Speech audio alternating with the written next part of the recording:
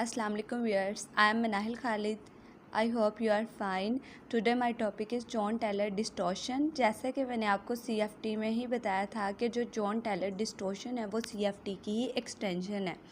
तो CFT में जो था डी ऑर्बिटल, उसकी एनर्जी जो थी वो सेम रहती थी, मीन वो डी जनरेट था, लेकिन एनर्जी थोड़ी रेज होती थी बट उसकी डी जनरेसी जो थी वो रिमूव नहीं होती थी, डी ऑर्बिटल डी जनरेट ही रहता था। अब जॉन टेलर डिस्टॉर्शन क्या है कि ये ज्योमेट्रिक डिस्टॉर्शन है नॉन लीनियर मॉलिक्यूल सिस्टम की, जो कि रिड्यूस करता है इसकी सिमेट्री को और एनर्जी को। It is mostly common in octahedral complex. कि जॉन टेलर डिस्टॉर्शन मोस्टली जो कॉमन है वो ऑक्टाहेड्रल कॉम्प्लेक्सेस में है।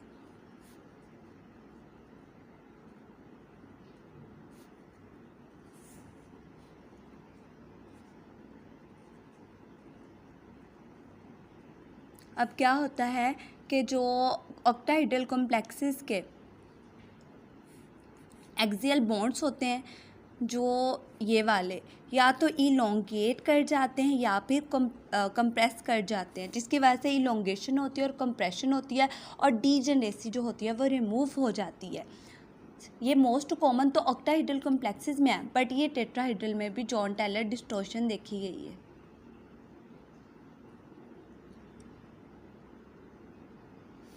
आगे हमारे पास ये था कि ये डिपेंड होती है इलेक्ट्रॉनिक स्टेट पे। John Taylor distortion depends on electronic state.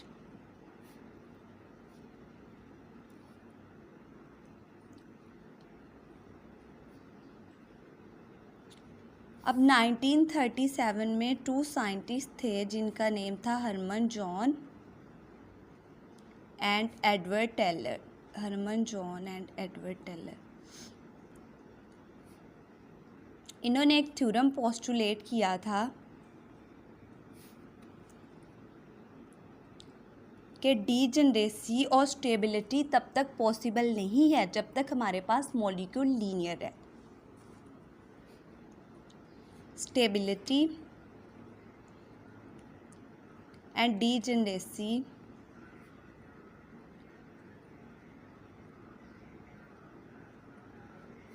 Of molecule उसकी इलेक्ट्रॉनिक स्टेट पे डिपेंड करती थी ना, तो degeneracy of molecule is not possible unless molecule is linear one.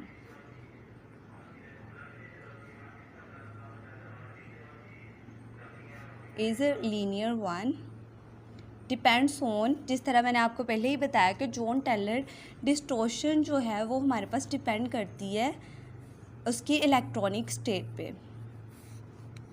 अब आगे हम फर्दर देखते हैं कि इसकी जो डीजनरेसी और स्टेबिलिटी किस तरह यानी ब्रेक कर जाती थी। अब ये था कि उसकी स्टेबिलिटी के लिए उसकी जो डीजनरेसी थी वो ब्रेक कर जाती थी मॉलिक्यूल की, लीनियर वाले की। द डीजनरेसी ऑफ मॉलिक्यूल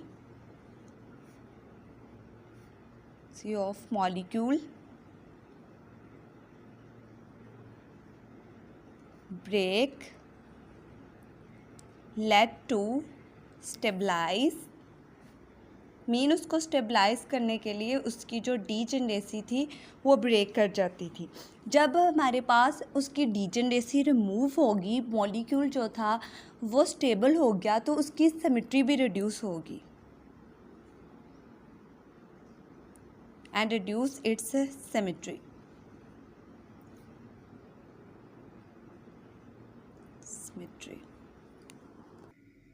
अब सेम यही थ्योरम जो था वो 1937 में 2 और साइंटिस्ट आए थे, उन्होंने इसे रिपीट किया था। उनका नेम था हॉर्सक्राफ्ट एंड शार्पे।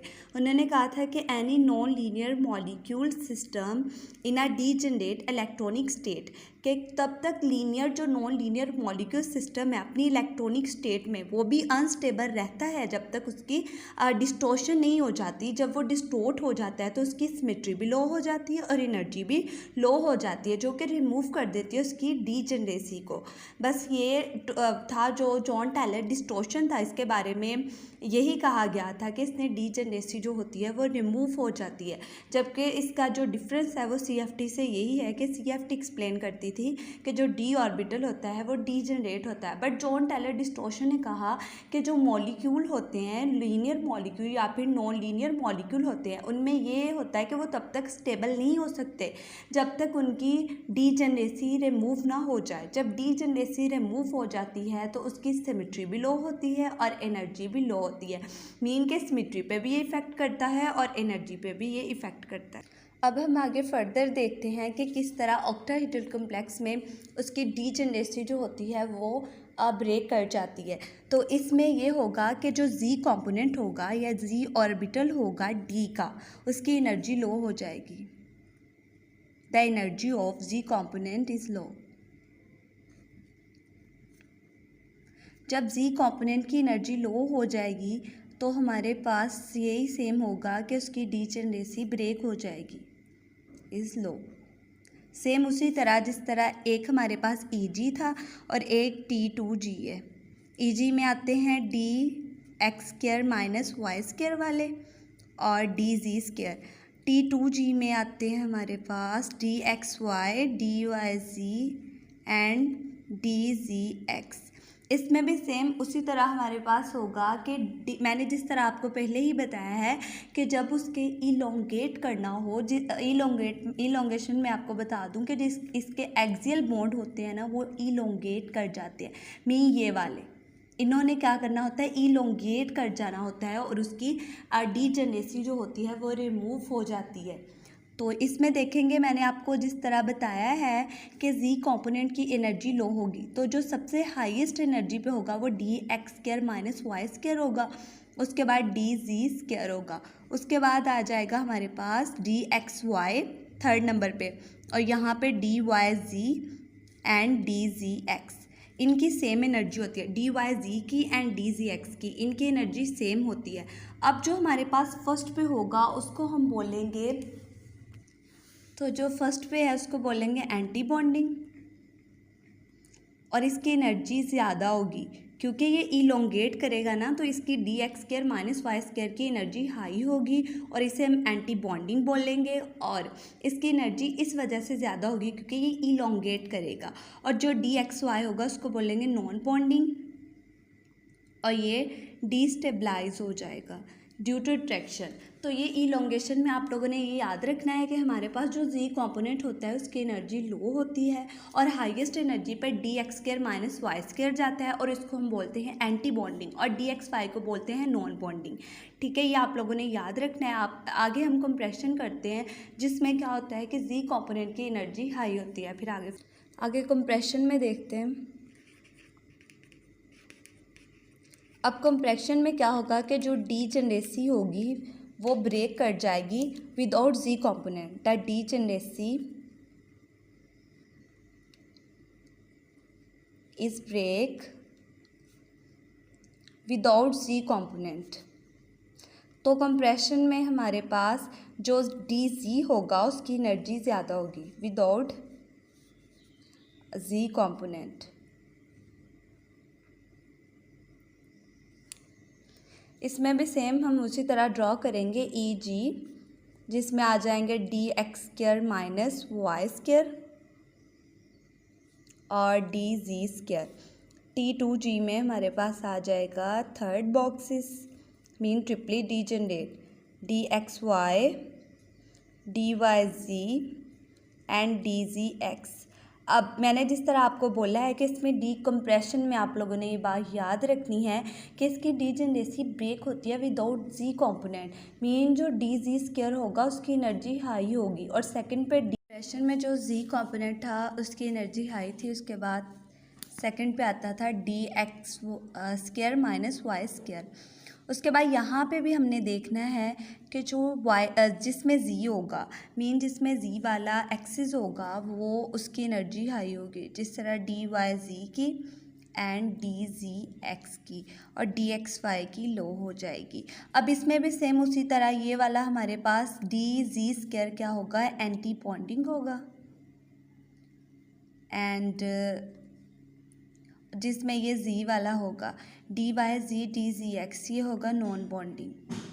एंटी बॉन्डिंग वाले में एनर्जी उसकी हाई होगी, सेम उसी तरह ड्यू टू कंप्रेशन, और नॉन बॉन्डिंग वाले में एनर्जी जो होगी वो लो होगी और ये डिस्टेबलाइज होगा ड्यू टू इंट्रैक्शन।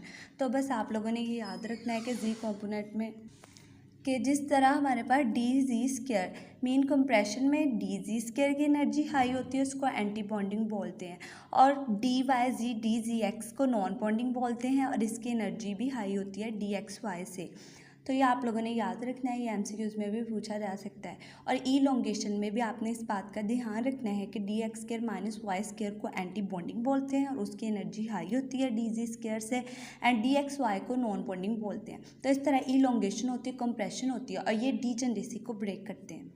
अब हम जॉन टेलर इफेक्ट उसमें उसकी स्पिन स्टेट देखते हैं कि जो इलेक्ट्रॉनिक स्टेट थी ऑक्टाहेड्रल कॉम्प्लेक्स की, उसको क्लासिफाइड किया जाता था as a low spin and as a high spin. फिर आगे हम फर्दर देखते हैं कि हमारे पास लो स्पिन में क्या होता है और हाई स्पिन में क्या होता है। द इलेक्ट्रॉनिक स्टेट यानी स्पिन में the electronic state of octahedral complex, the electronic state of octahedral complex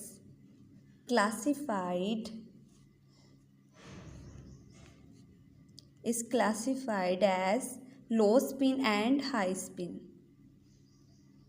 low spin and high spin,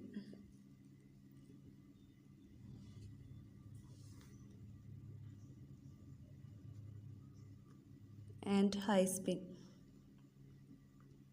अब जिस तरह हम पहले ही करते आए हैं कि जो लो स्पिन होता है इसमें भी वो ये वाले ही होंगे, EG ऑर्बिटल एक होगा और एक T2G होगा। जैसे कि आप लोगों को पहले ही पता है कि EG में 2 ऑर्बिटल होते हैं, DX² minus Y² and DZ²। T2G mean triply degenerate, इसमें होंगे DXY DYZ एंड DZX।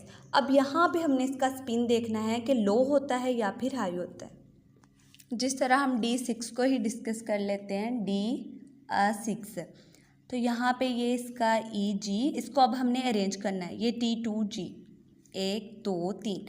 अब मैं इसका अभी लो स्पिन डिस्कस कर रही हूँ, तो इसका मतलब है ये हमारे पास होगा लो स्पिन, ठीक है। इसी तरह D3 है, D5 है, D6 है, D1 है, 2 है, 3 है, उनके स्पिन जो होंगे वो लो होंगे। तो आप लोगों ने इस बात का ध्यान रखना है, MCQs में पूछा जा सकता है, D6 दे के पूछा जा सकता है, 5 दे के पूछा जा सकता है कि बताएं इसका स्पिन हाई है लो है। तो आपने देख लेना है कि इसका स्पिन लो किन किन का स्पिन है और हाई किस किस का है।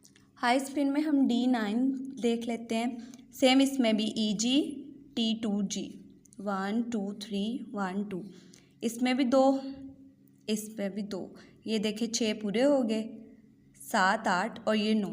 ये अब हमारे पास इसका स्पिन जो होगा वो हाई होगा। अब मैं आपको वो वाले बता देती हूँ जो कि स्पिन शो नहीं करते, जॉन टेलर इफेक्ट को वो शो नहीं करते।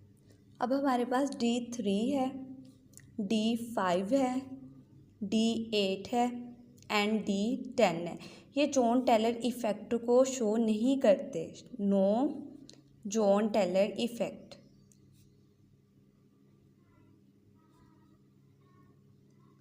अब मैं आपको बताती हूँ कि D1 2 3 4 5 में किस तरह उसका स्पिन जो होगा, हाई स्पिन लो वीक होगा या फिर स्ट्रॉन्ग होगा। ये हम ड्रॉ कर लेते हैं, ये मैं D के हैं यानी 1 2 3 9 एंड 10, उसका high spin and low spin, low spin.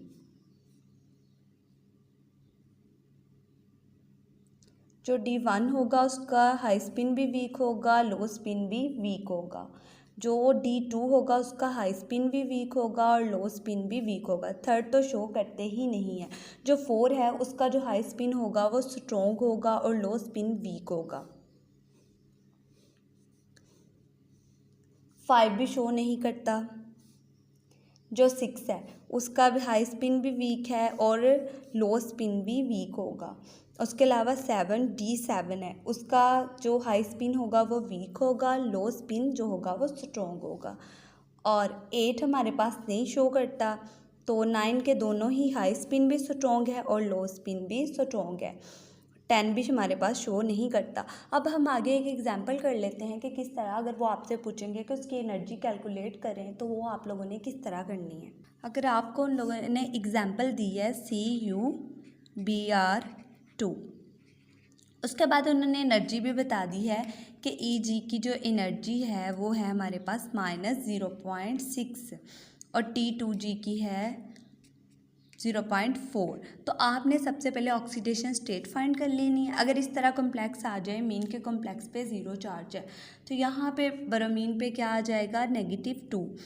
Halogens पे मैंने आप लोगों को इस पे मैंने बताया था ब्रोमीन पे होता है -1 चार्ज। ठीक है, ये 2 हैं तो 2, तो कॉपर पे आ जाएगा +2। तो हमने कॉपर की first of all oxidation state लिख लेनी है, आर्गोन 3D4S। नॉर्मली कॉपर की लिखें तो हमारे पास ये वाली आ जाती है, कितने होते हैं 29।